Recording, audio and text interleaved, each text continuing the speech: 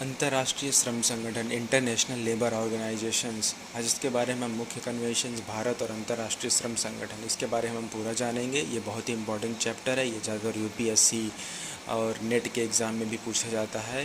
ये important international organisation में आता है। हेलो, मेरा नाम है मयंक सिंह। आज हम जानेंगे अंतर्राष्ट्रीय श्रम मानक से हम शुरुआत कर रहे हैं इसका सेकेंड चैप्टर। अंतर्राष्ट्रीय श्रम संगठन विभिन्न सम्मेलनों के माध्यम से अंतर्राष्ट्रीय श्रम मानकों को निर्धारित करता है, जिसकी सदस्य राष्ट्रों द्वारा पुष्टि की जाती है। ये गैर बाध्यकारी जो श्रम मानक आईएलओ बनाता है, ये गैर बाध्यकारी है। कोई राज्य इसको लागू करने के लिए बाध्य नहीं है। वो अपने हिसाब से इसको, अगर उसकी इच्छा है तो इस श्रम मानकों को अपने राज्य में लागू करा सकता है और नहीं भी। अंतर्राष्ट्रीय श्रम संगठन में सरकारों, श्रमिकों और नियोक्ता, जो ये त्रिपक्षीय संगठन है, इसमें तीनों मिलकर ही श्रम से कन्वेंशंस तैयार करते हैं। अब बात करते हैं अंतर्राष्ट्रीय श्रम संगठन कन्वेंशंस। ये कन्वेंशन से कानूनी रूप से बाध्यकारी दस्तावेज है और यह स्वीकार किया जाता है। अब बात करते हैं कार्य के मौलिक सिद्धांत और अधिकारों। जो ये 8 मौलिक सिद्धांत, अगर कोई संगठन है तो उसका मौलिक सिद्धांत होता है वो आगे भविष्य में किन सिद्धांतों पर वर्क करेगा, उनकी क्या सिद्धांत हैं जिस पर वह बढ़ेगा। तो इसके 8 मौलिक सिद्धांत और इसको 4 श्रेणियों में इसको बांटा गया है। देखते हैं क्या है उसके 4 श्रेणियाँ। तो यह संघ की स्वतंत्रता, सामूहिक सौदेबाजी का अधिकार, ये कन्वेंशन 87 है। और बलात् श्रम या अनिवार्य श्रम का उन्मूलन, कन्वेंशन संख्या ये 29 है। और बाल श्रम का उन्मूलन, ये कन्वेंशन संख्या 138 है। और रोजगार एवं व्यवसाय संबंधी भेदभाव का उन्मूलन, ये है कन्वेंशन संख्या 100। ये इसके 4 श्रेणियाँ हैं। अब बात करते हैं हम इसके मुख्य कन्वेंशंस पर। ये जो 8 मुख्य कन्वेंशन हैं, ये मानवाधिकार फ्रेमवर्क में ये 8 कन्वेंशंस को लिया गया है। ये अभी उसका हिस्सा है अभिन्न। और 135 सदस्य राष्ट्रों ने सभी 8 मौलिक ये जो कन्वेंशन है इसकी पुष्टि की है। मतलब इस सदस्य राष्ट्रों ने इस पर हस्ताक्षर किए। और अभी 48 देश ऐसे हैं जो अभी सब इनके हस्ताक्षर या पुष्टि करना अभी शेष है इनका। जानते हैं कौन से 8 मुख्य कन्वेंशन हैं आईएलओ के। जैसे बलात् श्रम पर कन्वेंशंस, ये 29 है संख्या इसकी।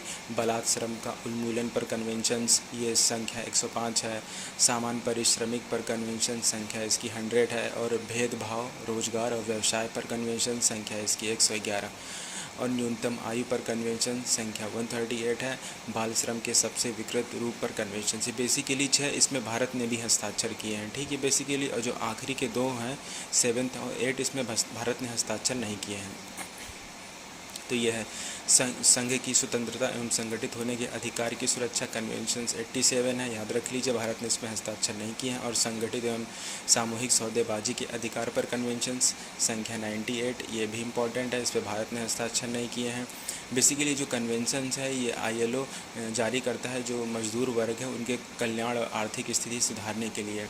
ये संयुक्त प्रणाली की अंतर्राष्ट्रीय स्थानीय समुदायों के मुख्य स्रोत है। मतलब कोई राज्य अगर इन कन्वेंशनों का उपयोग करता है अपने कानून बनाने के लिए तो कर सकता है। ये बेसिकली बहुत अच्छे हैं।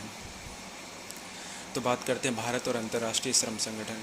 पहली बात तो ये भारत इसका संस्थापक सदस्य देश में आता है। ये 1922 में अपने स्थायी सदस्य इसको बना लिया गया था। भारत इसका स्थायी सदस्य बना था। और इसका कार्यालय 1928 में स्थापित भारत में कर लिया गया था। यानी आज़ादी से पहले ही ये भारत इसका सदस्य रहा है। और इसमें ये देखिए इसके 6 हैं जो भारत ने इस पर हस्ताक्षर किए हैं। क्या है? बलात् श्रम पर कन्वेंशंस 29 जो बताया था आपको, बलात् श्रम के उन्मूलन पर कन्वेंशंस 105 है। सामान्य पारिश्रमिक पर कन्वेंशंस 100 है। भेदभाव, रोजगार, व्यवसाय पर कन्वेंशन संख्या 111। न्यूनतम आयु पर कन्वेंशन संख्या 138 है। और बाल श्रम के सबसे विकृत स्वरूप पर कन्वेंशन 182 है। बात ये देखिए, तो भारत ने 2 कन्वेंशन जो आपको पहले बताया था मैंने, लास्ट के 2 उसने हस्ताक्षर नहीं किए हैं।